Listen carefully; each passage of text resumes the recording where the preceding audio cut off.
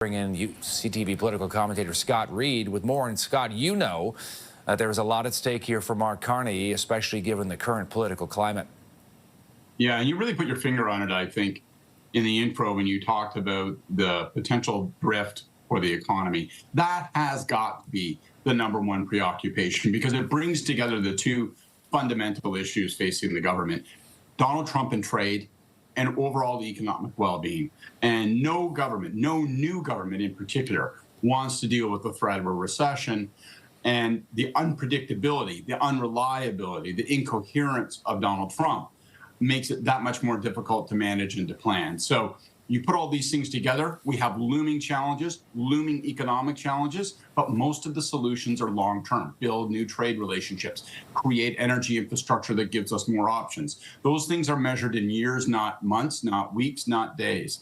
But an economic downturn could be upon us. In fact, we could be in it already and not be fully aware. Yeah, and so what can they actually do realistically, like in concrete terms here? We know there was a conversation earlier this week between President Trump and the Prime Minister, but not really a lot of specifics over what that means, what sort of, real concrete measures come out of that, and where things stand on that trade relationship, still very much in limbo. Right. I would sort of point toward two categories of priorities they can establish.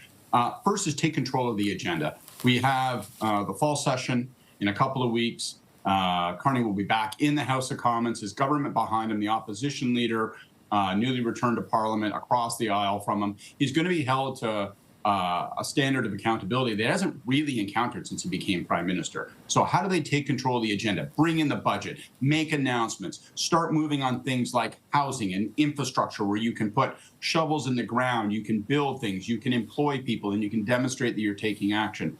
And then on the second category of activity is to continue to do what you've been doing all along, working as best you can with Donald Trump and or other allies, try to deal with Trump head on, try to surround and flank Trump with other countries and other trading partners, and increase long-term options. It's going to be a balance between those two things, but ultimately what Carney does not want is to lose control of the political agenda due to worsening or deteriorating economic situation. That would be very difficult for him. And he's also trying to show, I think it's fair to say, Scott, kind of like bold leadership in the face of a very unpredictable and erratic and frustrating president. And implicitly always underlining that the test for Mark Carney and for the government is not whether or not we get what we want out of Donald Trump, because who on earth can ever be sure that that can be secured, but rather you're making every sensible, every reasonable effort, that you're playing your cards as well as you can in the face of Trump's unpredictability and unreliability. That's what he wants to continue to project. Calm, capable leadership, even if the outcome is not 100% lottery ticket winner. Then that is the challenge for the government, in the sense that you can't guarantee outcomes when you're talking about Donald Trump. All you can guarantee is persistent, capable, calm effort. I wonder how long you think he will have sort of the goodwill of Canadians over this issue, or whether that starts to run out as the months continue. What's the alternative? What's your take? No one knows for sure. I think a couple of things, though, is my guess. One is the patience from Canadians toward Mark Carney when it comes to dealing with Trump might be quite long-lived. Because I do think it is firmly fixed in people's minds that Donald Trump can't be counted on. And therefore, it's an unfair test to ask that Mark Carney succeed where no one else in the world might.